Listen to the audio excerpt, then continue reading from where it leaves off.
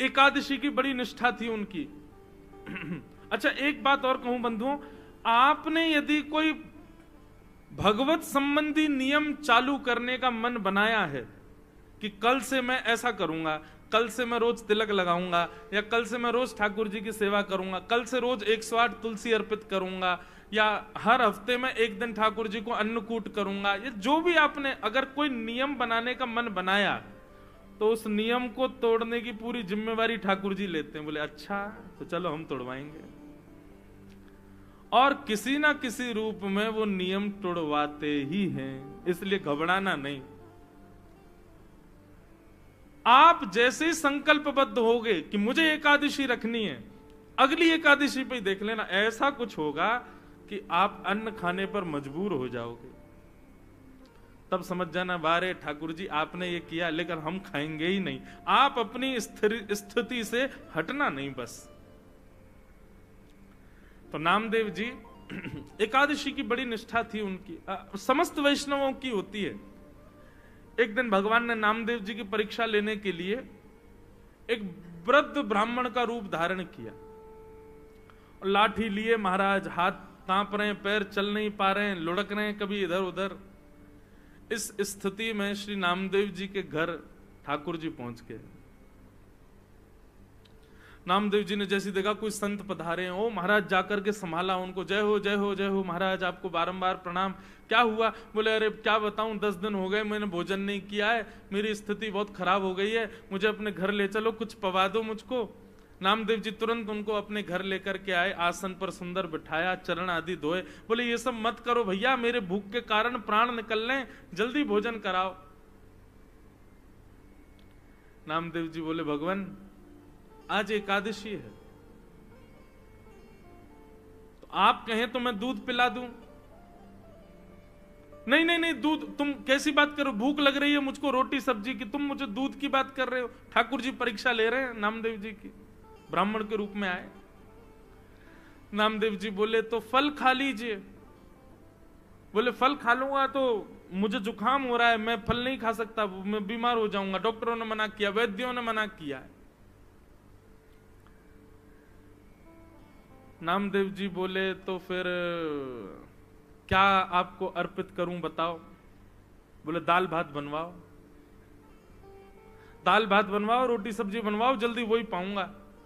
नामदेव जी बोले क्षमा करें भगवान, द्वादशी तक प्रतीक्षा करनी पड़ेगी, अभी एकादशी चल रही है, आपको मैं अन्न नहीं खवा सकता। ब्राह्मण बोलने लगा मेरे प्राण निकल जाएंगे, मैं मर जाऊंगा अभी यहीं पर। अरे भैया, और शास्त्र भी आज्ञा करते हैं 90 वर्ष की ऊपर की आयु वाला नहीं भी करे तो चलता है, मेरी 90 के आसपास की उम्र है, अब कोई बात नहीं ना, आप हमको भोजन करा दो। नामदेव जी बोले भैया क्षमा करें, ना हम खाएंगे ना हम खाने देंगे, ये एकादशी का नियम है, ये तो करना पड़ेगा आपको। बोले मेरे प्राण निकल जाएंगे, मर जाऊंगा, तुमको अच्छा लगेगा तुम्हारे घर पर आकर के कोई ब्राह्मण भूखा मर जाए? नामदेव जी बोले मरना तो एक दिन है ही, आज एकादशी, आज ही चले जाओ, इससे बढ़िया दिन क्या होगा। ब्राह्मण ने महाराज चिल्ला चिल्ला करके मोहल्ले वाले बुला लिए सारे।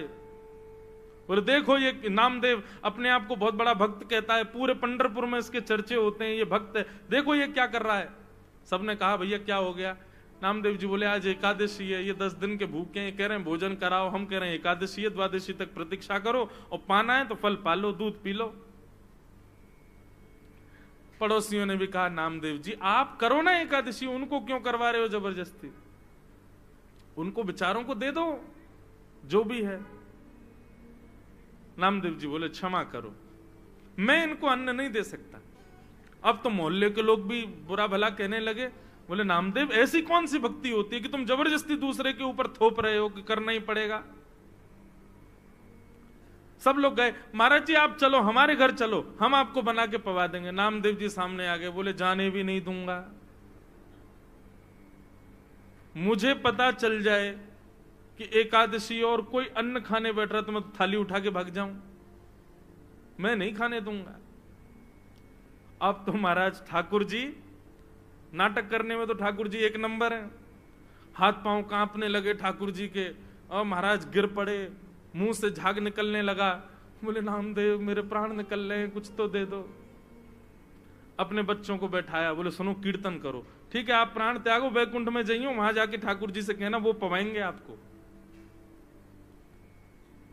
सब लोग नामदेव जी को गाली देने लगे, लेकिन नामदेव जी नहीं माने।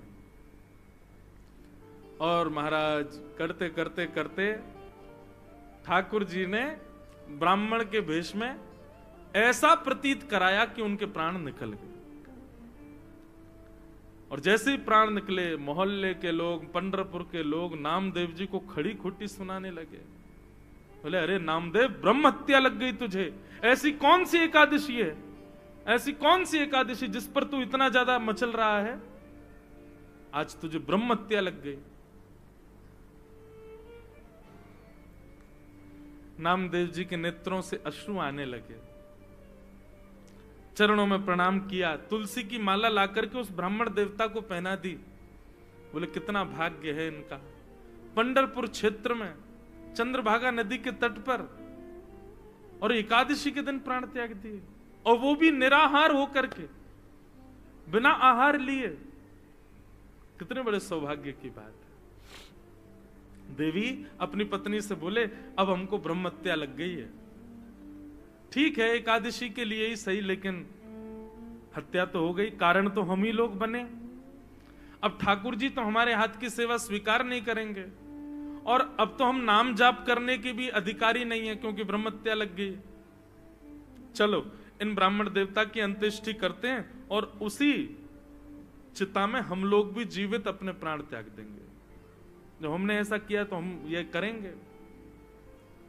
ठाकुर जी की महाराज ब्राह्मण वेश की अर्थी बनाई, अर्थी पर ठाकुर जी को लिटाया। ठाकुर जी अब भी परीक्षा चली रही है ठाकुर जी की। सोचो कितनी स्थिति पहुंच गई, यहां तक तो कोई भी हम में से, आप में से कोई भी पिघल जाएगा, लेकिन नामदेव जी नहीं माने। सुंदर चिता लगाई, चिता पर ब्राह्मण देवता को बैठाया, अपने छोटे से पुत्र को बैठा दिया, अपनी पत्नी को बैठा दिया उसी चिता पर, और स्वयं भी बैठ गए। और पंडरीनाथ भगवान का स्मरण करते हुए चंद्रभागा नदी को प्रणाम करके अग्नि का एक सुंदर लकड़ा लेकर के स्वयं चिता में अग्नि लगा करके नामदेव जी हाथ जोड़ करके बैठ गए। जैसे ही अग्नि, अब भी ठाकुर जी सोच रहे थे कि कुछ तो होगा, नामदेव शायद बदल जाए, लेकिन नहीं, नामदेव जी तो पूरे तैयार थे प्राण त्यागने को। जैसे ही चिता की अग्नि नेक ठाकुर जी की कमर पर छुई होगी, सोई महाराज ब्राह्मण देवता तो उठ करके बैठ गए, नामदेव जी को खींच लिया, उनकी पत्नी को खींच लिया, बच्चों को खींच लिया। नामदेव जी महाराज देखने लगे क्या हुआ, तुरंत नामदेव जी को झलक दिख गई कि ब्राह्मण के रूप में साक्षात श्री पंडरीनाथ भगवान ही खड़े हैं। अपने हृदय से लगा लिया नामदेव जी को। सब गांव के लोग इकट्ठे हो गए देखने के लिए, और जैसे ही हृदय से लगाया, ऐसा प्रतीत हुआ एक क्षण के लिए दर्शन देकर के ठाकुर जी वहां से अंतर्ध्यान हो गए। सब ढूंढने लगे ब्राह्मण कहां गया, कहां गया। नामदेव जी ने बताया, बोले ब्राह्मण नहीं थे, श्री पंडरीनाथ ही आए थे और हमारी एकादशी की परीक्षा लेने आए थे।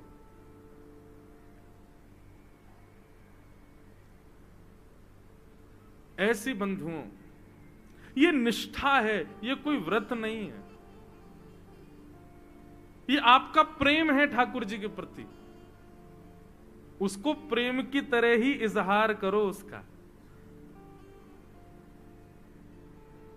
नियम जब बन जाता है ना, तो वहां प्रेम नहीं रहता। ठीक है, एकादशी एक नियम है, पर उसको प्रेम की तरह पालन करो कि हमारा प्रेम है ठाकुर जी के प्रति, कि हम आज आपके लिए हम अन्न नहीं पाएंगे। महीने में 2 बार हर वैष्णव अपने ठाकुर जी के लिए एकादशी का व्रत करते हैं। तो ऐसी एकादशी जरूर करनी चाहिए भैया। पहले हमसे भी नहीं होती थी, पर अब हमने भी प्रारंभ, कथा कहते कहते हमारे जीवन में भी भाव आया, अब हम भी करते हैं। और एकादशी के दिन बंधुओं, भैया इनको बोल दो ना शांत हो जाए, हमारी कथा हो जाए, फिर बोलने। बोलो वृंदावन बिहारी लाल की। दूसरी बात एक और सुनिए बंधुओं, व्रत उस वस्तु का किया जाता है जिस वस्तु के बगैर आप रह नहीं सकते।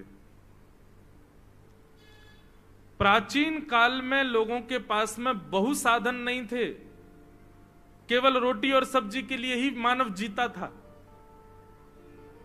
बच्चे प्राचीन काल में, आज से 100 वर्ष पहले भी, वो एक्साइटमेंट उनका तभी होता था जब मां चूल्हे में अग्नि लगाती थी। सब बच्चे बैठ जाते थे, अब हमको रोटी मिलेगी, अब हमको सब्जी मिलेगी। रोटी सब्जी ही साधन होता था, इसके अलावा करने को कुछ था ही नहीं। इसलिए प्राचीन काल में, प्राचीन भारत से या प्राचीन युगों से व्रत के रूप में अन्न का त्याग बताया गया। आज भी अन्न का त्याग ही व्रत है। पर मुझे ऐसा लगता है, ये शास्त्र की बात नहीं, ये मुझे ऐसा लगता है कि व्रत करना है तो उस वस्तु का करो जिसमें आप आसक्त हो। और आज की डेट में सबसे ज्यादा आसक्त व्यक्ति है इसके प्रति।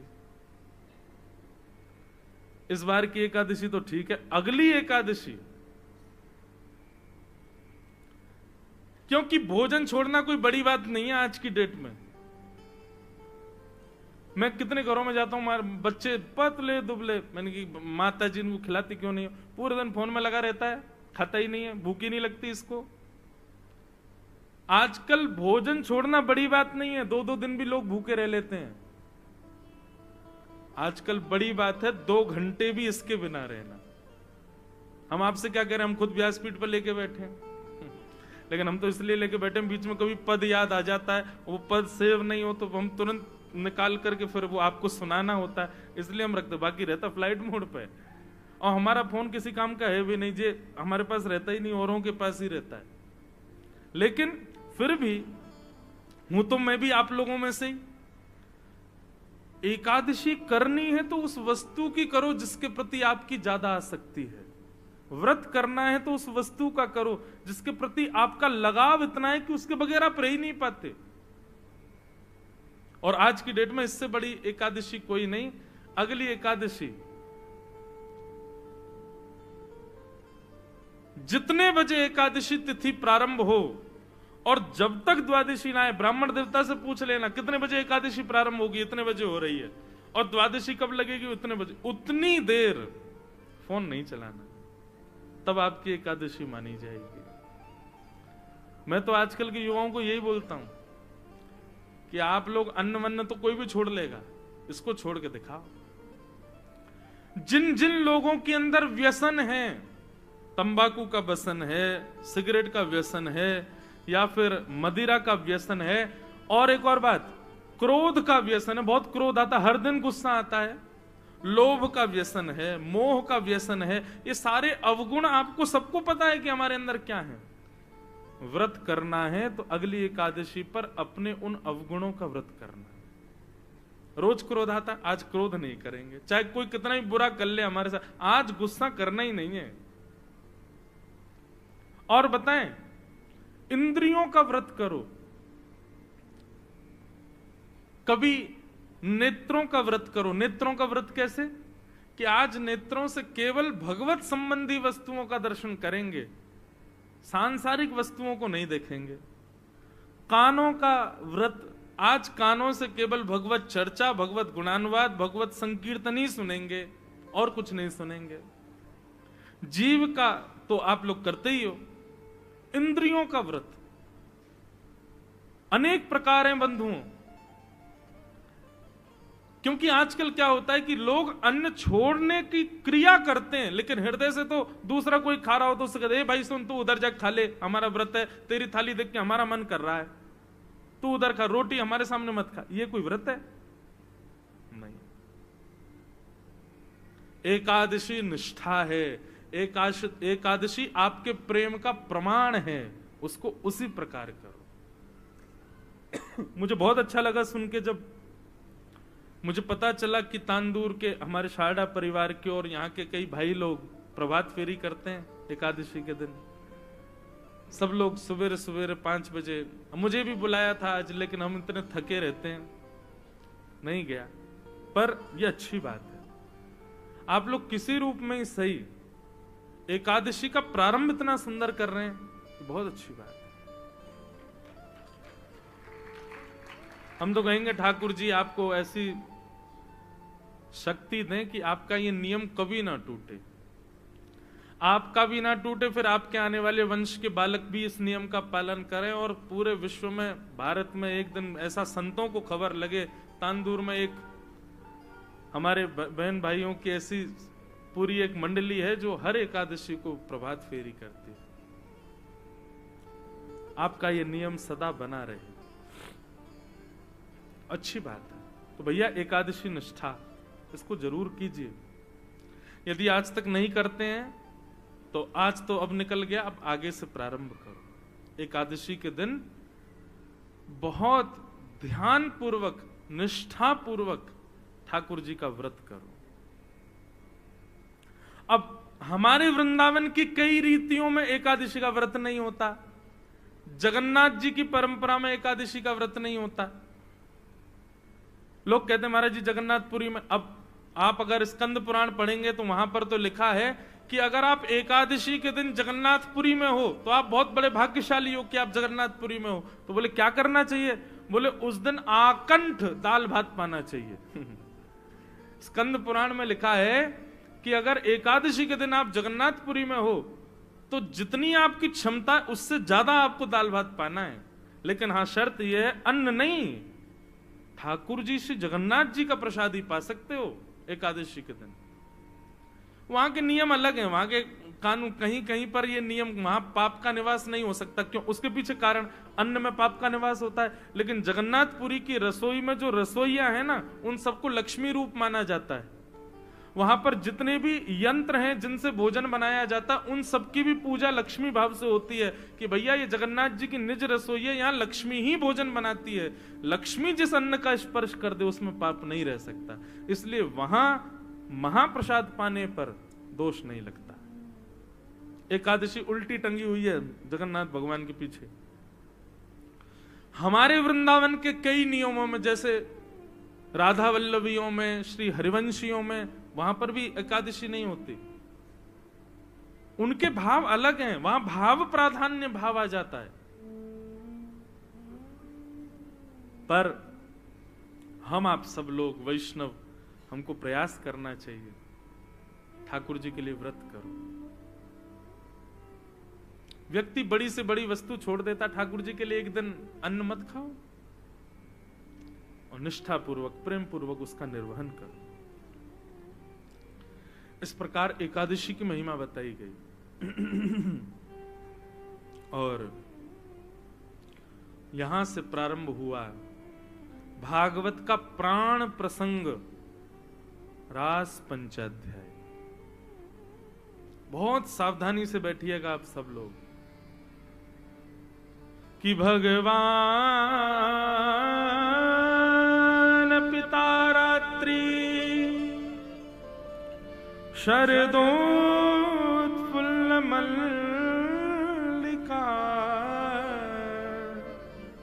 वीक्षरन्तुं मनश्चक्रे योग माया उपाश्रिता।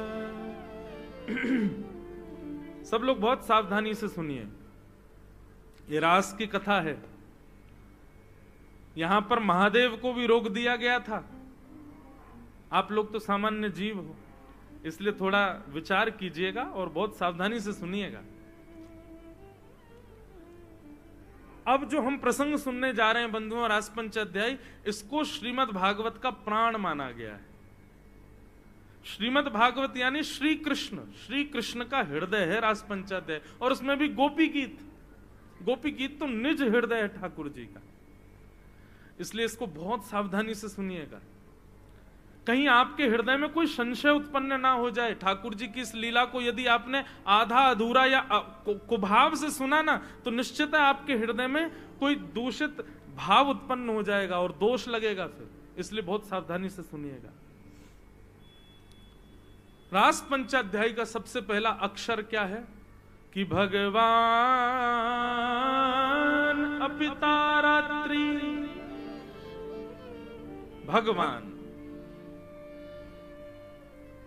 भगवान शब्द से रास पंचाध्याय का प्रारंभ होता है। आप लोग इतनी कथा सुनते हो, इतना मंदिर जाते हो, इतना सब गुरुजनों का संग करते हो, इतना पवित्र जीवन जीते हो, चलो मुझे बताओ भगवान की परिभाषा क्या है? भगवान कहते किसको है बताओ? केवल आप लोग सुनोगे उसी से काम थोड़ी चलेगा, बीच बीच में हमको टेस्ट भी लेना चाहिए, और मैं कहीं कहीं लेता भी हूं, यहां तो हम नहीं ले पाए, पर चलो हमें कोई एक व्यक्ति बता दे कि भगवान कहते किसको है। आप कहोगे मोर मुकुट वंशी वारे भगवान, लाओ अभी मुझे दो, मैं पहन के बन जाऊं भगवान। वस्त्र आवरण भगवान नहीं होते हैं, भगवान कहते किसको हैं? 6 ऐश्वर्यों से जो संपन्न हैं, 6 भग जिनके पास हैं, उनको भगवान कहते हैं। जैसे बल के अधिष्ठाता को बलवान कहते हैं, धन के अधिष्ठाता को धनवान कहते हैं, ठीक वैसे ही 6 भग जिनके पास हैं वो भगवान। और ये षड भग कौन कौन से हैं? ये 6 ऐश्वर्य कौन कौन से हैं? उत्पत्ति प्रलयम चैव भूतानाम अगति गति वेत्ति विद्याम अविद्याम च सवाच्यो भगवान इति। याद रखिएगा, जिसको ये पता है कि सृष्टि कब बनी थी और जिसको ये पता है कि संहार कब होगा, पता से नहीं, जो सृष्टि का आदि है, निर्माता है, और जिसके ही आदि हो, जिसके ही अधीन ये सृष्टि है, जब वो चाहे तब इसको तहस नहस कर सकता है। ये 2 लक्षण जिसके पास है। एक बार हम स्कूल में जब पढ़ते थे तो हल्ला मचा था 2012 में पृथ्वी खत्म हो जाएगी, और फिर एक हॉलीवुड ने मूवी भी बना दी, लोग बाग डरते रहे, फिर हुआ 2020 में खत्म हो जाएगी, अब 2024 चल रहा, अभी तक तो कुछ हुआ नहीं। अभी ऐसा आ रहा है कहीं कहीं से, भारत में ही सुनने को मिल रहा 2026 में खत्म हो जाएगा सब। भविष्य मल्लिका नाम के ग्रंथ में लिखा है कि ऐसा होगा, वो होगा, पृथ्वी पर जय हो जाएगा। मुझे आप एक बात बताइए, सर्वनाश अभी नहीं हो रहा है क्या? हर क्षण सर्वनाश हो रहा है हम लोगों का। सूर्य दिन व दिन तेज युक्त होते जा रहे हैं, ग्लोबल वार्मिंग हो रही है, बर्फीले पहाड़ अपने पिघलते जा रहे हैं। चलो ये तो वातावरण की बात है, मानवों को देख लो, 100 वर्ष की आयु मिली है हम लोगों को, कौन जी रहा है 100 वर्ष? 100 से 90 पे आ गए, 90 से 80 पे आ गए, 80 से 70 पे आ गए। आजकल तो 25 वर्ष के बालक को 4 दिन पहले हार्ट अटैक आया। 25 वर्ष के बालक को, आप सबके बालकों को मैं देखता हूं, 3-3 वर्ष के बालक के आंखों में चश्मा लगा हुआ है, 3 वर्ष के बालक की आंखों में चश्मा। ये सर्वनाश नहीं हो रहा हम लोगों का? हम हर दिन प्रलय की ओर जा रहे हैं। क्यों? रोज के तब ऐसा होगा, तब ऐसा, कुछ ना कुछ हो ही रहा है हमेशा। हर साल एक नई चीज होती है। आजकल कोविड आ गया, अब तो कोरोना बड़ा साधारण हो गया, किसी को भी हो जाता है।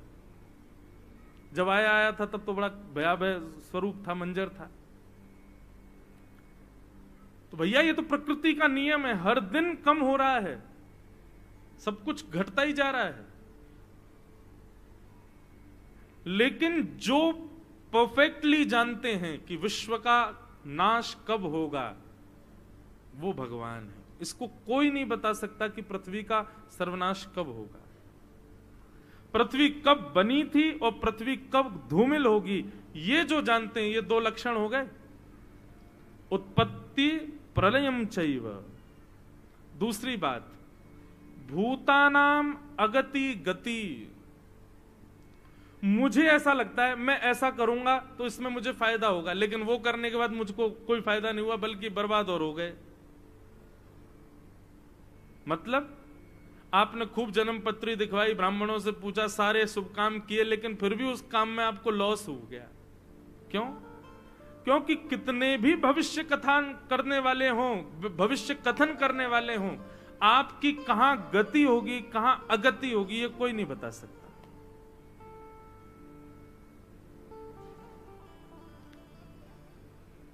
अब मुझे कहना तो नहीं चाहिए लेकिन कह दूं,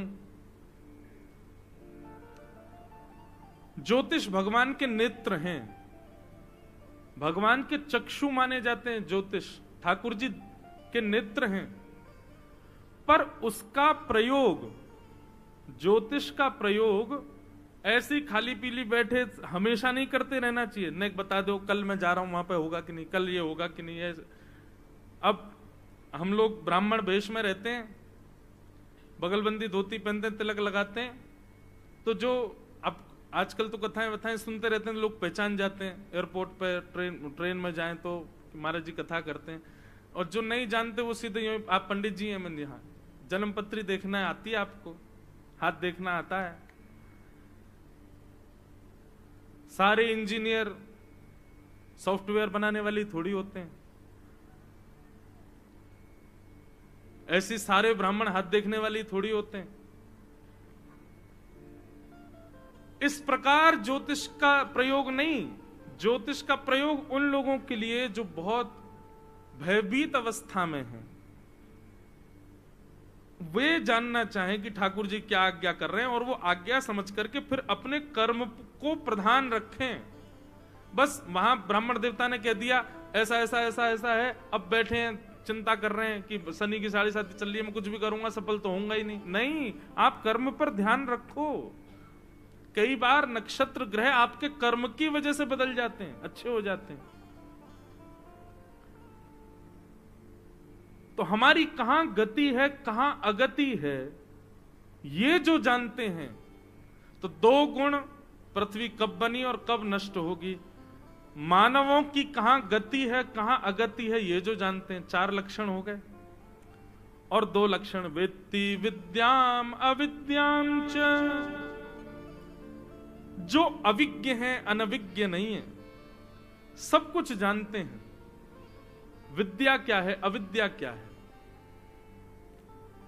सद क्या है, असद क्या है, इसको जो समझते हैं, ये 6 लक्षण जिनके अंदर हैं वो भगवान, और इन 6 को जो नहीं जानता वो मानव। आप कितना भी दावा कीजिए, ये 6 भग आपके पास कभी नहीं आ सकते, ये केवल भगवान के पास रहते, इसीलिए वो भगवान है। तो भगवान कौन, जिनके अंदर 6 लक्षण युक्त हैं। तो रास पंचाध्यायी के प्रारंभ में श्री शुकाचार्य जी कह रहे हैं भगवान पिता रात्रि, बोले आगे की लीला सुखदेव जी कहते हैं भगवान कर रहे हैं। भगवान कौन, 6 भगों से जो युक्त हैं वो भगवान। शरदोत्फुल्ल मल्लिका। अब बंधुओं थोड़ी प्रेम लक्षणा कथा होगी, आप सब लोग ध्यान से सुनिएगा। वृंदावन में शरद पूर्णिमा का चंद्रमा उदित हुआ। शरद पूर्णिमा के प्रकाश से पूरा वृंदावन आच्छादित हो गया। गोपियों का जब चीर हरण ठाकुर जी ने किया था, तब गोपियों से कहा था कि हम शरद पूर्णिमा की रात्रि में आपको मिलेंगे, आपके संग रास विहार करेंगे। अच्छा, एक और बात, रास कहते किसको है? आप लोगों के मन में एक ही बात आई होगी, रास का नाम सुनते ही एक दूसरे के साथ नाचना, उसी को रास कहते हैं। डांडिया हाथ में लेके एक दूसरे को मारना, वही रास है? नहीं नहीं, रास कहते किसको है? रस और रास ये 2 बातें। रस का अर्थ होता है जहां वैष्णव प्रयास करते हैं ठाकुर जी की प्राप्ति करने का, जहां पर मैं और आप यत्न करते हैं ठाकुर जी को प्राप्त करने का, उसको कहते हैं रस। लेकिन हमारे रस से प्रसन्न होकर जब ठाकुर जी प्रयास करते हैं हमसे मिलने का, उसको कहते हैं रास। समझ में आई बात? आप प्रयत्न कर रहे हो कि मुझे ठाकुर जी मिले, मुझे राधारमण जी मिले, मुझे श्रीनाथ जी मिले, मैं उनका दर्शन करूं, मैं वृंदावन जाऊं, मैं नाथ द्वार जाऊं, मैं मथुरा जाऊं, मैं गोकुल जाऊं, ये रस है। लेकिन कभी कुछ ऐसा हो कि ठाकुर जी अनुग्रह करके आपके लिए तांदूर आ जाएं, वो रास है। और अभी तक रास हमारे साथ हुआ नहीं है, अभी हम रस में ही व्यवस्थित हैं। लेकिन अपनी भक्ति को उस स्थिति में ले जाना है कि ठाकुर जी रास करें हमारे साथ। भगवान के एक भक्त थे धन्ना जाट, क्या नाम था, बहुत ध्यान से सुनिएगा। रास किसको कहते हैं ये बता रहे हैं। सब माताएं इधर देखो, इधर देखो, यहां देखो, हमको देखो, बस आज और कल देख लो, फिर मत देखना। तो धन्ना जाट की कथा आती है कि धन्ना जी को एक महात्मा उनके घर आए। वो अपने शालिग्राम जी की सेवा करते थे। शालिग्राम जी की सेवा देख करके धन्ना जी के मन में आ गया मैं भी करूंगा। छोटे से थे, नन्हे से बालक। तो धन्ना जी उनके शालिग्राम जी लेकर के बैठ गए महात्मा के और बोले महाराज जी अब नहीं दूंगा, ये तो मेरे हो गए। महाराज जी बोले अरे भैया मेरे वर्षों की सेवा जो धल लेगा, क्या करे, बालक है, इसके हट से कैसे बचें। तो महाराज जी ने क्या किया, बाहर से शालिग्राम जैसे दिखने वाले पत्थर ले आए, उनको इत्र वित्र लगा के, चंदन लगा के सिंहासन पर बैठा दिया। और धन्ना जी से कहा, बोले अच्छा एक बात बताओ, तुमको राजा भगवान चाहिए कि चौकीदार भगवान चाहिए। धन्ना जी बोले राजा भगवान चाहिए। बोले राजा भगवान वो है जो सिंहासन पर बैठे हैं, और तुम जो हाथ में लिए घूम रहे हो ये चौकीदार भगवान है। नन्हे से भोले भाले धन्ना हाथ वाले ठाकुर जी दे दिए। वो असली शालिग्राम थे और ऐसे नकली पत्थर, वो बस बाहर का गली का कोई पत्थर था, और इत्र वित्र लगा दिया। धन्ना जी को विश्वास हो गया यही साक्षात भगवान। अब तो धन्ना जी उनकी सेवा करने लगे। माँ से कहते माँ रोली लेके आओ, चावल लेके आओ, चंदन लेके आओ, मुझे दिलाओ, मुझे श्रृंगार करना है। माँ कुछ नहीं दिलाती थी। तो क्या करते थे, रसोई घर से हल्दी ले आते और हल्दी में जल मिला के उसका तो चंदन लगाते थे। और ईंटा होते, ईंट को तोड़ के, उसको लाल लाल ईंट होती है, उसको घिस करके तिलक बन जाता, वो तिलक लगा देते अपने ठाकुर जी को। और माँ जो थाली लगा करके धन्ना को देती थी ना, वो थाली लेकर के धन्ना जी अपने ठाकुर जी के पास जाते और कहते ठाकुर जी आप भोग लगा लो। गुरु जी बता के गए थे कि पर्दा लगा के भोग लगाना। तो धन्ना जी पर्दा लगा करके बैठ गए और लगा करके कह रहे ठाकुर जी अब आप पालो, मैं देख नहीं रहा, आप प्रेम से पाओ। थोड़ी देर बाद धन्ना जी ने कहा कि ठाकुर जी भोग लग गया। जैसे पर्दा देगा, थाली यूं की तो ही रखी थी, नहीं पाया ठाकुर जी ने। धन्ना जी तो व्याकुल हो गए, बोले कि लाल जी आप पा क्यों नहीं रहे हो। अरे भूखे रहोगे तो फिर कैसे काम चलेगा। थोड़ी बहुत देर मनाते रहे, ठाकुर जी ने फिर भी नहीं पाया। तो धन्ना जी बोले आप भूखे रहोगे तो मैं भी भूखा रहूंगा, मैं भी भोजन नहीं करूंगा, मत खाओ, मैं भी नहीं खाऊंगा। वहीं सो गए ठाकुर जी के मंदिर में ही। थोड़ी देर में ऐसी आवाज आने लगी जैसे मानो कोई चटकारे ले ले करके कुछ पा रहा है। जैसे अचार कभी खट्टा हो तो उसको ऐसे करके चाटते हैं ना, ऐसे चटकारों की आवाज आती है। या दाल चावल पाओ तो अपनी उंगली चाटो तो उसके चटकारे, ऐसी ध्वनि आने लगी चटकारों की।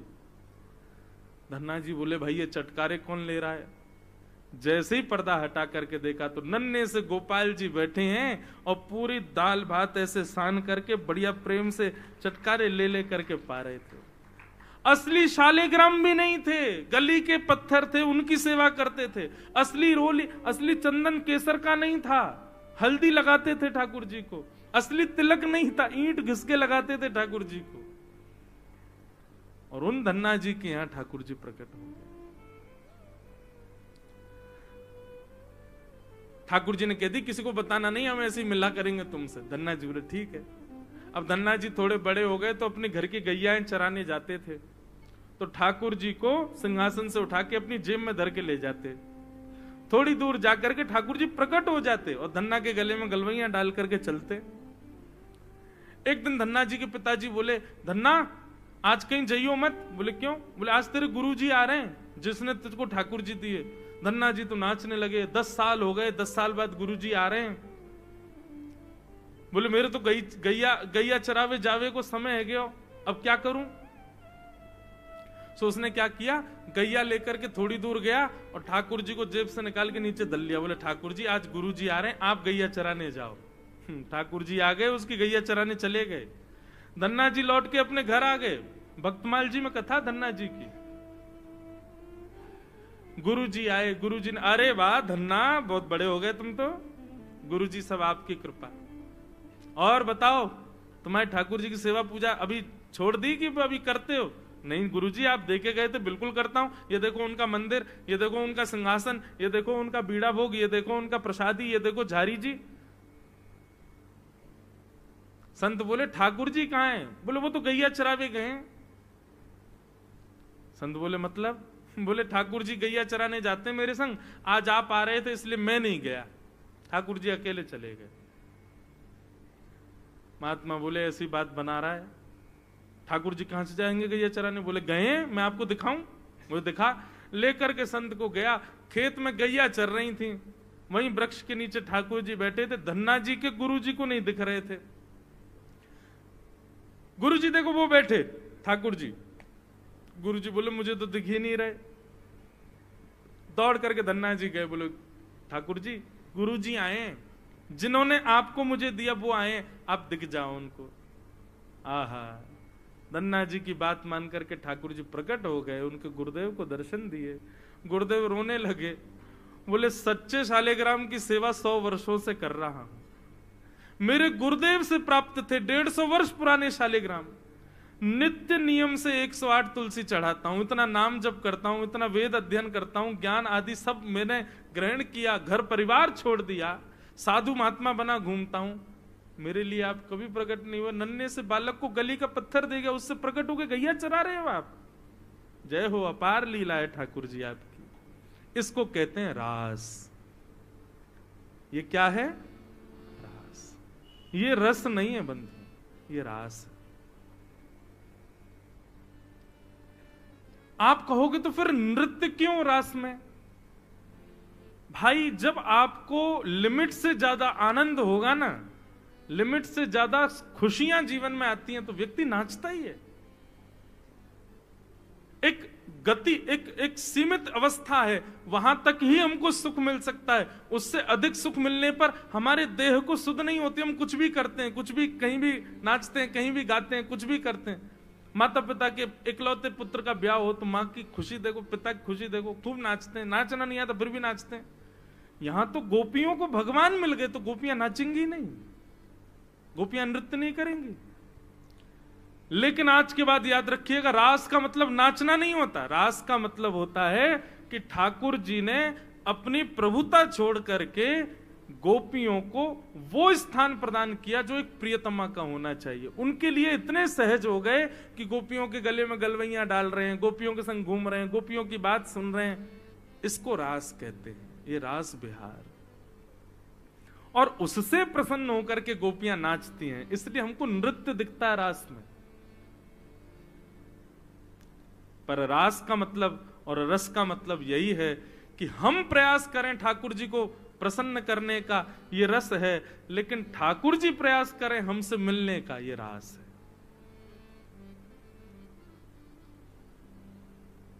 सब गोपियां, मैंने कल भी बताया था, ये त्रेता युग के सब संत हैं। एक युग की प्रतीक्षा के बाद गोपी बनकर के आए। इनको पता है कि ये साक्षात भगवान कौन है।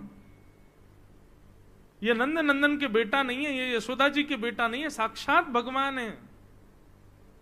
इनसे तो संबंध बनाना पड़ेगा। और इसी के लिए गोपियां कात्यायनी पूजा करती हैं, यमुना में स्नान करती हैं कि हमको कृष्ण प्राप्त हो जाएं। ठाकुर जी ने शरद पूर्णिमा का आश्वासन दिया कि शरद पूर्णिमा की रात्रि को हम आपसे मिलेंगे। ठाकुर जी की आयु 7.5 वर्ष की है जब रास विहार हुआ। भगवान गए और कदम्ब वृक्ष के नीचे बैठ करके ठाकुर जी ने अपने अधर पर वेणु को आच्छादित किया, कोमल छिद्रों को अपनी उंगलियों से दबाते हुए। जैसे ही ठाकुर जी ने प्राण पिरोए, वंशी बजने लगी वृंदावन में, और सबको ऐसा लगने लगा कि नंद नंदन यशोदा नंदन कृष्ण वंशी बजा रहे हैं। पर कृष्ण प्रेम में उन्मुक्त गोपियों को ऐसा लगने लगा कि नहीं, श्री कृष्ण हमको बुला रहे हैं, श्री कृष्ण तो हमारा आवाहन कर रहे हैं। आप कहोगे महाराज जी हमको कभी वेणु सुनाई देगी ठाकुर जी की? ठाकुर जी की वेणु क्या है बंधुओं? ये जितने भी वैष्णवाचार्यों को आप सुनते हैं, जितने भी कथा प्रवक्ताओं को आप सुनते हैं, जितने भी गुरुजनों के प्रवचन आप सुनते हैं, यदि वो प्रवचन आपके जीवन पर असर डालते हैं और आपके अंदर ऐसा भाव प्रकट करते हैं, नहीं मुझे ये करना ही है, वही ठाकुर जी की वेणु है, वही ठाकुर जी की वंशी है। लेकिन यहां से घुसी बात और यहां से निकल गई कोई असर नहीं, जैसे पहले थे वैसी अब हो। तो आपने वंशी सुनी, आपने ठाकुर जी की चर्चा नहीं। वंशी तो ठाकुर जी बजा रहे हैं, पूरा ब्रज सुन रहा है, लेकिन सबको ये लग रहा है कि ठाकुर जी वंशी बजा रहे हैं। लेकिन गोपियों को तो स्वर सुनाई दे रहा है कि ठाकुर जी कान में आकर के कह रहे हैं, चल गोपी जल्दी चल, मैं तेरी प्रतीक्षा कर रहा हूं।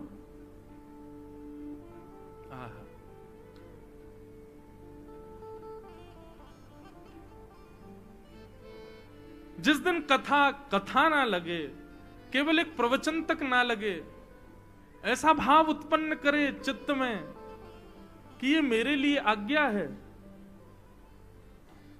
तब मानो कि ठाकुर जी अनुग्रह कर रहे हैं। भगवान ने वंशी बजाई, वंशी सुनकर के सब गोपियां अपने अपने घर को छोड़ के भागी। कोई दूध काट रही थी, कोई अपना श्रृंगार कर रही थी, कोई वस्त्र पहन रही थी, कोई पति को भोजन करा रही थी, कोई बालकों को खिला रही थी, सब अपने अपने कार्यों में थी। लेकिन कैसी स्थिति सुनो, जैसे ही वेणु सुनाई दी, उस कार्य को तुरंत वहीं रोक करके सीधी भागी ठाकुर जी के पास। मतलब प्रेम की इतनी ऊंची अवस्था है कि ये भी विचार नहीं कर रही है कि इस काम को संभाल लें फिर हम जाएं ना। ठाकुर जी ने पुकारा, तुरंत भागी। और कोई बहुत सुंदर बन करके गई हैं गोपियां, ऐसा नहीं। गोपियों के रूप का वर्णन यदि आप करें या रूप देखना चाहें, रास बिहार में जितनी गोपियां आई तो उनके रूप कैसे थे? बोले, एक गोपी के एक ही आंख में काजल लगा है, एक गोपी ने एक ही कान में कुंडल पहना है, किसी गोपी के वस्त्र अस्त व्यस्त हैं, किसी गोपी के आधे केश खुले हैं, आधे गुथे हुए हैं। ऐसी अस्त व्यस्त अवस्था में, मतलब ये सब गोपियां किसी को रिझाने की भावना से भी नहीं गई हैं, और ये सब ये बात जानती भी हैं कि श्री कृष्ण रूप पर तो नहीं रीझते। दौड़ने लगी सब गोपियां, अपने घर परिवार सबका त्याग कर दिया।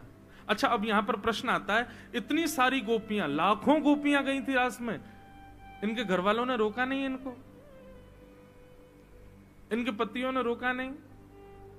वर्णन आता है कि कई पतियों ने रोका, तो गोपियों ने क्या किया, अपने आप को कक्ष में बंद कर लिया और बोले, तुमको ना ये शरीर ही प्रिय है ना, ये शरीर रहेगा तुम्हारे पास, मैं शरीर को त्याग करके आत्म स्वरूप धारण करके कृष्ण के पास चली जाऊंगी।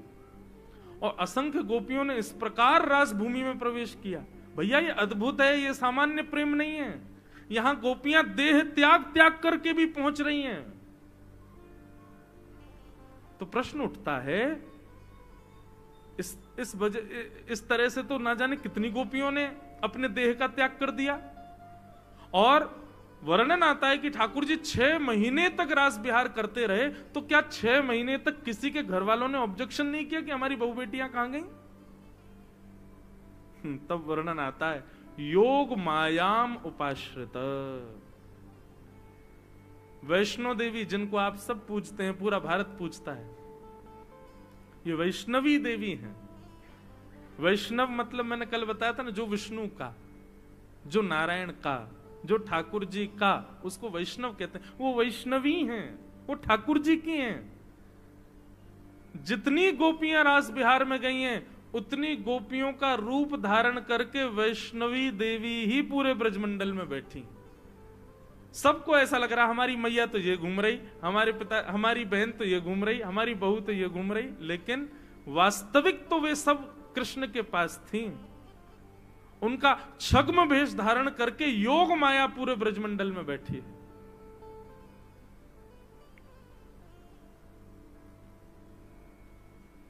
सब गोपियां पहुंच गईं ठाकुर जी के समीप।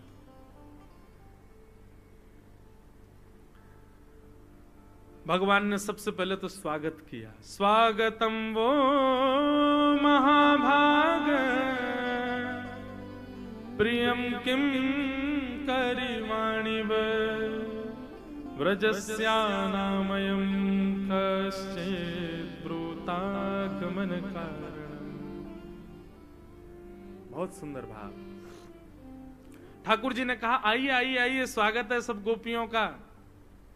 लेकिन क्या मैं आप लोगों के इतनी रात में अपने अपने घर परिवार छोड़ के, पतियों को छोड़ के, बच्चों को छोड़ के यहां आने का कारण पूछ सकता हूं? मैंने कल भी कहा था बंधुओं कि रास बिहार में आई हुई गोपियों की आयु 6 वर्ष से लेकर के 100 वर्ष तक की है। इसका मतलब ये रास बिहार कोई स्त्री के रूप या किसी युवावस्था का ये रास बिहार नहीं है। हर अवस्था की गोपी है वहां पर।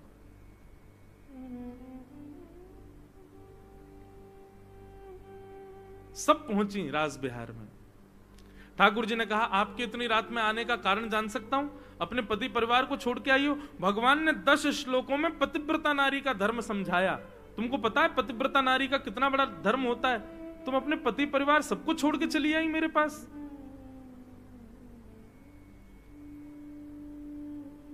भगवान ने एक कथा सुनाई। पता है पतिव्रता नारी कैसी होती है, कितनी बलवान होती है? एक पतिव्रता नारी थी, उसके पति अग्निहोत्र करते थे, रोज हवन करते थे। एक दिन थकान की वजह से अग्निहोत्र करके पति पत्नी से बोला थोड़ा पंखा झल दो, मैं सो रहा हूं, मुझे नींद आ रही है। और पत्नी की गोद में ही सर रख करके पति सो गया। पत्नी पंखा झल रही थी, अपने पति को सुला रही है। इतने में ही उसका 1 वर्ष का बालक जो चलना नहीं जानता, घुटमुन चलता है, वो उस अग्निकुंड की ओर जाने लगा। अब वो ना तो कुछ कह सकती है ना उठ सकती है। चिल्लाएगी तो पति की नींद उठेगी, खुलेगी, उठ करके जाएगी तो भी पति उठ जाएगा। उसने नेत्र बंद करके अग्निदेव से प्रार्थना की, यदि मेरे पातिव्रत धर्म में बल हो, मेरे बालक की रक्षा करना। थोड़ी देर बाद जब दौड़ करके गई तो बालक अग्निकुंड के आसपास खेल रहा था। उसने कहा अभी अभी तो हवन हुआ, अंगार होंगे, कहीं जल तो नहीं गया मेरा बालक। दौड़ करके गई तो अग्निकुंड की ओर जब देखा तो अंगार पुष्प बन गए थे और बालक उनसे खेल रहा था।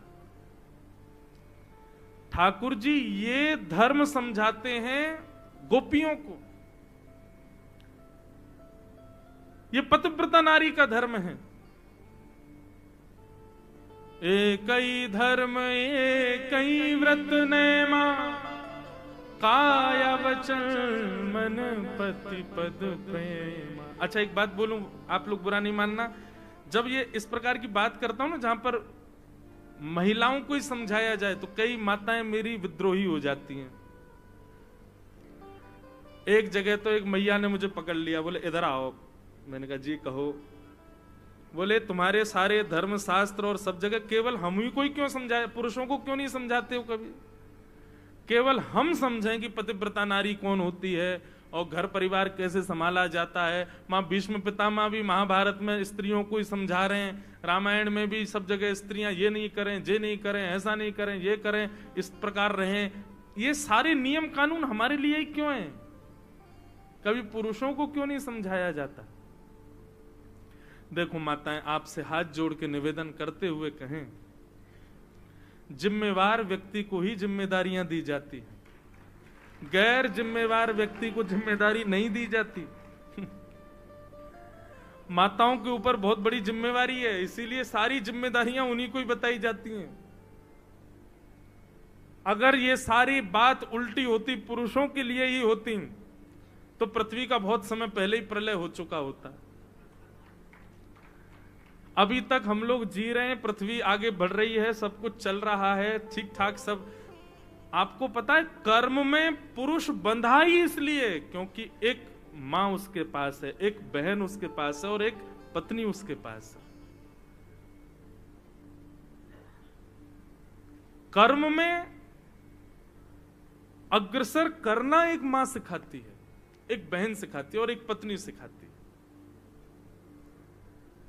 जब ब्याह नहीं होता तो माता और बहन, यही लोग पढ़ने के लिए, यही लोग आगे बढ़ने के लिए, यही लोग जीवन में कुछ बनने के लिए आज्ञा करते हैं। और जब हम कुछ बन जाते हैं तो फिर ब्याह हो जाता है।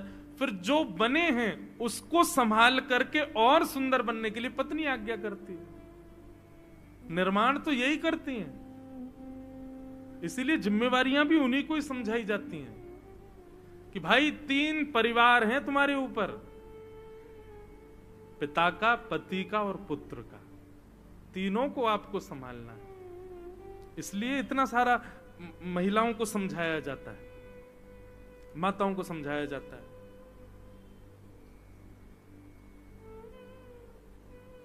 वो बात अलग है कि वुमेन एम्पावरमेंट वाले कहते हैं काहे को, हमको ही क्यों, तो फिर आपकी इच्छा।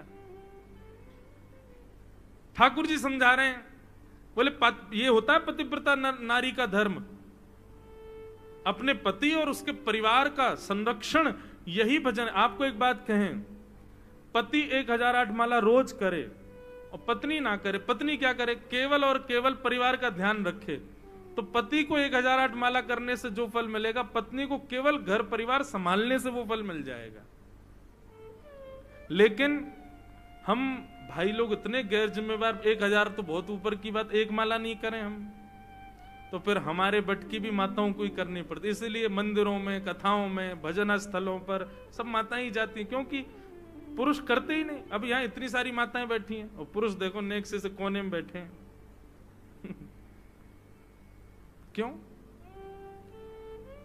धर्म, भगवान कहते हैं यदा यदा ही धर्मस्य ग्लानिर्भवति भारत अप्युत्थानम धर्मस्य तदात्मानं सृजाम्यहम्। धर्म संस्थापनार्थाय संभवामि युगे युगे। मैं धर्म की स्थापना करने के लिए युग युग में आता हूं। ठाकुर जी तो स्थापना करके चले गए, फिर धर्म का रक्षण कौन करता है? ठाकुर जी तो धर्म स्थापित करके चले गए, लेकिन उस धर्म का पालन कौन कर रहा है? वास्तव में ठाकुर जी धर्म स्थापित करके गए और अब उस धर्म की रक्षा माताएं कर रही हैं, भाई लोग नहीं कर रहे हैं। माताएं ही धर्म की रक्षा कर रही हैं।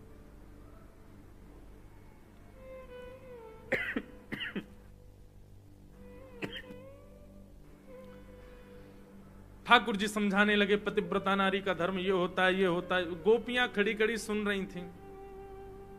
जैसे भगवान के प्रवचन पूरे हुए, गोपियां बोली अब हम कुछ बोलें?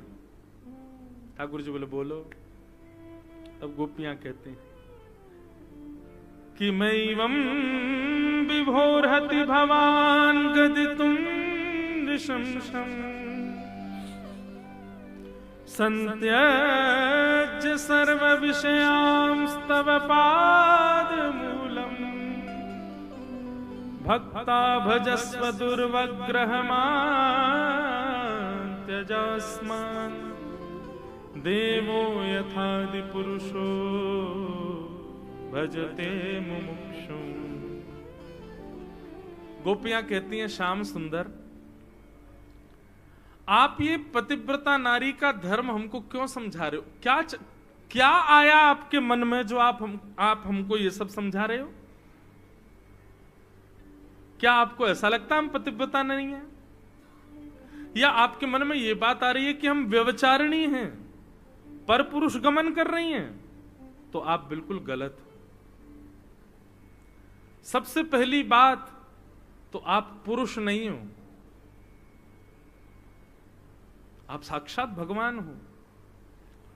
दूसरी बात, हमारे पति हैं, परंतु आप जगतपति हो, आप पतियों के भी पति हो। आप कहते हो पतिव्रता नारी का धर्म पालन करो, पति की सेवा, पति का ये, पति का ये। आप तो जगत के पति हो। आप हमारे ही नहीं है, हम जिनको अपना पति मानती हैं, हमारे पतियों के भी पति आप हो। पति शब्द का अर्थ क्या होता है? रक्षक। पति शब्द का सीधा अर्थ होता है रक्षक, जो रक्षा करे, वो पति होता है। आप तो जगतपति हो। और यदि हमने पति को जो स्नेह हो वो आपके लिए निवेदित कर दिया, तो आप हमको पतिव्रता नारी का धर्म क्यों समझा रहे हो? हम व्यभिचारिणी हैं क्या? या आपको ऐसा लगता है कि हमारे भीतर कोई कुभाव जन्म लेता, हम किसी और भाव से रह रही हैं? ऐसा नहीं सोचिएगा। हम जानती हैं कि आप कौन हो, इसलिए आपसे प्रेम करती हैं। आप जगतपति हो। आपके प्रभाव पर नहीं रीझी हैं हम, आपके स्वभाव से भी हमको कोई मतलब नहीं। हम सब जानती हैं कि हम पूर्व जन्म से आपकी प्रतीक्षा कर रही हैं। हम दंडकारण्य वन के संत हैं, तब राम रूप में आप आए थे लेकिन हमसे नहीं मिले। प्रतीक्षा करते करते इस जन्म में हम गोपी बनी और आप कृष्ण बन करके आए हो, अब तो मिलना पड़ेगा। हर जीव का यही धर्म है कि अपनी मृत्यु से पहले भगवत प्राप्ति कर ले। और यदि वो कर रही हैं, हम बस कोई भक्त भाव से करता, कोई भाई के भाव से करता, कोई मित्र के भाव से करता, हमने प्रियतमा के भाव से किया, तो फिर हमें दोष क्यों? गोप्य कामात भयात कंसः, उस कंस को भी मुक्ति मिल जाती है जो आपको गालियां देता है, उस रावण को भी मुक्ति मिलती है जो आपसे विद्वेष करता है। विद्वेषी आपको प्राप्त कर सकते हैं, लेकिन प्रेम करने वाली हम गोपियां, आप हमको पतिव्रता नारी का धर्म समझा रहे हो। आपने कंस को तो नहीं समझाया था जो आपको गालियां देता था। आपने उन राक्षसों को कभी नहीं समझाया जो आपसे विद्वेष करते। हम प्रेम करने वाली गोपियां क्यों समझा रहे हो आप हमको? और सुनिए, एक कथा हम भी सुनाती हैं। आपने बहुत अच्छी कथा सुनाई पतिव्रता नारी की, एक कथा हमसे और सुनो। एक पत्नी थी, उसका ब्याह हुआ, एक कन्या थी, उसका ब्याह हुआ। पति ब्याह करते ही बोला कि मुझे 5 वर्ष के लिए विदेश जाना है, लेकिन मैं अकेला जाऊंगा, तुम नहीं जाओगी। पत्नी तो रोने लगी, अरे मैं अकेले कहां रहूंगी, आपसे ब्याह करके आई हूं, आप तो रहो कम से कम, या मुझे संग ले चलो। बोले वहां व्यवस्था नहीं है, मैं तुमको नहीं ले जा, 5 वर्ष की बात है, यूं निकल जाएंगे 5 वर्ष तो। बहुत रोने लगी तो पति ने अपनी जैसी दिखने वाली एक मूर्ति बनवाई मूर्तिकार से, और कहा जैसे हम भगवान की अनुपस्थिति में उनकी मूर्ति में भगवान मान के सेवा करते हैं, ऐसे 5 वर्ष तक तुम इसी को मुझे समझ लेना, और इसकी सेवा करो, इसको नहलाओ, इसको खिलाओ, इससे बातें करो, जो तुमको मन भावे। ये तुम्हारा पति है 5 वर्ष के लिए। पत्नी को थोड़ा संतोष हो गया, ठीक है। 5 वर्ष तक वो उस मूर्ति की ही पूजा करती है, मूर्ति से ही बातें करती है, मूर्ति के संगी सोती है, मूर्ति को खिलाती है। 5 वर्ष बाद आज वो अपने मूर्ति वाले पति को सुला रही थी। उसका भाव दृढ़ हो गया था कि ये मेरे पति हैं। और एक दिन अचानक रात में गेट खटखटाने की आवाज आई। पता है ठाकुर जी कौन आया? ठाकुर जी बोले उसका असली पति आ गया होगा। बोले हाँ, 5 वर्ष पहले जो गया था वो आ गया, और द्वार पर आकर के खटखटा रहा है। गोपियां कहती हैं अब बताओ श्याम सुंदर, उस पत्नी को क्या करना चाहिए? 5 साल से जिसको पति मान करके रह रही है उसके पास रहे, या जो द्वार पर खड़ा है उसके पास जाए? भगवान बोले राम राम, ये कोई पूछने की बात है? जब द्वार पर असली पति आ गया तो फिर वो मूर्ति वाले को छोड़ दे, उसके पास जाए। गोपियां सब ताली बजाने लगी, वाह वाह वाह वाह वाह, यही उत्तर तो हम सुनना चाह रही थी। आपने हमको ये मूर्ति वाले पति दे रखे थे जिनके संग हम रह रही थी, और वो भी कैसे पति हैं कि कभी यदि चले गए तो हमारे मांग का सिंदूर भी ले जाएंगे, हमारा सुहाग भी चला जाएगा, सब ले जाएंगे हमसे, हमको विधवा करके चले जाएंगे। लेकिन उनकी सेवा करते करते जैसे ही हमको पता चला कि असली पति तो जी हैं, ये तो पूरे विश्व के रचयिता हैं, ये पूरे विश्व के पति हैं, ये जगतपति हैं, और यदि पता चल करके हम असली पति के पास आ गए तो हमने क्या पाप किया बताओ? गोपियों की बात सुन करके परब्रह्म मौन हो गया, ठाकुर जी मौन हो गए, और गोपियों से कहने लगे आप ऐसे ना बोलिए, मैं तो परीक्षा ले रहा था। गोपियां बोली हम चली जाएंगी, पर हमारा चित्त आपके पास है, वो चित्त हमको वापस करो। लेकिन ठाकुर जी बंधुओं सब वापस कर सकते हैं, एक बार किसी ने उनको अपना मन दे दिया तो ठाकुर जी उसका मन वापस नहीं कर सकते। एक बार किसी ने यदि ठाकुर जी की शरणागति ग्रहण कर ली और उसके मन को ठाकुर जी ने स्वीकार कर लिया, माफ कीजिए आपकी लाख कोशिश करने पर भी वो व्यक्ति मर जाएगा, लेकिन उसका मन ठाकुर जी से हट नहीं पाएगा। गोपियों ने कहा हम चली जा रही हैं, अपने घर जा रही हैं लौट करके, लेकिन हमारा मन वापस करो हमको, ये जो मन आप में लग गया हमारा, इसको अभी लौटा दो। ठाकुर जी बोले ये तो संभव नहीं है। बोले संभव नहीं है तो फिर हमको स्वीकार करो। ठाकुर जी ने मन में विचार किया। इतनी देर लगा क्यों रहे ठाकुर जी? अरे जब जीवात्मा आ गया, शरणागति ग्रहण कर रहा है, तो फिर स्वीकार क्यों नहीं कर रहे? बंधुओं, ठाकुर जी किशोरी जी की प्रतीक्षा कर रहे थे। किशोरी जी आई नहीं अभी। इतने में ही श्री वृषभानु दुलारी हमारी श्यामाजू पधारी। जैसे ही किशोरी जी का आगमन हुआ, ठाकुर जी ने गोपियों के संग रास किया। रास कैसे किया? अब हर गोपी के पास ठाकुर जी जाते हैं, थोड़ी देर बैठते हैं, उससे वार्ता करते हैं, कभी उसके पैर पकड़ते हैं, कभी उसके नेत्रों को देखते हैं, उसके आंसुओं को पोंछते हैं, उसको जल पिलाते हैं, उसके लिए कुछ सामग्री बना करके खिलाते हैं। इतने ठाकुर जी सहज हो गए। और सहज होते होते होते होते होते होते गोपियों को अभिमान हो गया।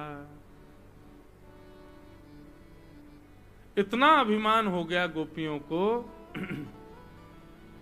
बंधुओं, बहुत ध्यान से सुनिएगा। ठाकुर जी, मुझे ऐसा लगता है, सहज इसलिए नहीं होते कि कहीं हमको अभिमान ना हो जाए। आपके लड्डू गोपाल हैं, हम अपने शारदा जी के घर गए, वहां शेषनाग पर पौड़े रंगनाथ भगवान, कितने 80 वर्ष पुराने, 80 वर्ष पुराने थे। कितने प्राचीन ठाकुर जी।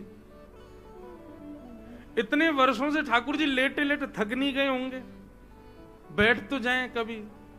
हमारे श्रीनाथ जी 24 घंटा यूं ही खड़े रहते हैं। हम कहते हैं कभी कभी हाथ पांव नीचे कर लिया करो, ठीक है जाओ। लड्डू गोपाल आपकी यूं ही बैठे रहते हैं, कभी सहज थकते नहीं होंगे? कभी आप भाव भी रखो कि ठाकुर जी आप अपने हाथ पांव सीधे कर लो, आप ऐसे लेट जाओ, अंगड़ाई ले लो हमारी तरफ। ठाकुर जी जानबूझ करके बंधुओं सहज नहीं होते। क्यों? क्योंकि उनको पता है यदि मैं सहज हुआ तो इसको अभिमान हो जाएगा। देखा मेरी भक्ति से ठाकुर जी, देखो शेषनाग पे पौड़े थे, बैठ गए उठ करके। हम लोगों के अंदर आजकल क्या हो गया है कि हम लोग प्रदर्शन ज्यादा करने लग गए। जरा सी हमारी भक्ति श्रेष्ठ हुई नहीं कि हम लोग प्रदर्शन पर बहुत जल्दी भागते हैं। और प्रदर्शन अभिमानी व्यक्ति ही करता है। इसलिए ठाकुर जी हमारे मान की रक्षा के लिए एक ही आसन पर बैठे रहते हैं, ऐसे लड्डू गोपाल बने रहते हैं। कभी कभी आप नहलाते होंगे, बेचारे गिर जाते होंगे, हाथ से लगती होगी उनको, लेकिन फिर भी यूं ही बैठे रहते। नहीं, मैंने जरा भी आ भी कर दी तो ये पूरे नगर में गाया आएगा, मेरे ठाकुर जी ने आ करी। कई जगह मैं वीडियोस वगैरह आती हैं, देखता रहता हूं, लोग वाग अपने ठाकुर जी को दूध पिलाते हैं। अब वो दूध कहीं से नीचे चला जाता होगा, पूरी वीडियो बना दे, देखो हमारे ठाकुर जी दूध पी रहे हैं, देखो हमारे ठाकुर जी ऐसे कर रहे हैं, देखो हमारे ठाकुर। बंधुओं, ये सब अभिमान को जन्म देता है कि देखो मेरी भक्ति की सामर्थ्य, मेरे ठाकुर जी ऐसा कर रहे हैं। और यही अभिमान, यही मान ठाकुर जी को प्रिय नहीं। इसलिए ठाकुर जी असहज रहते हैं।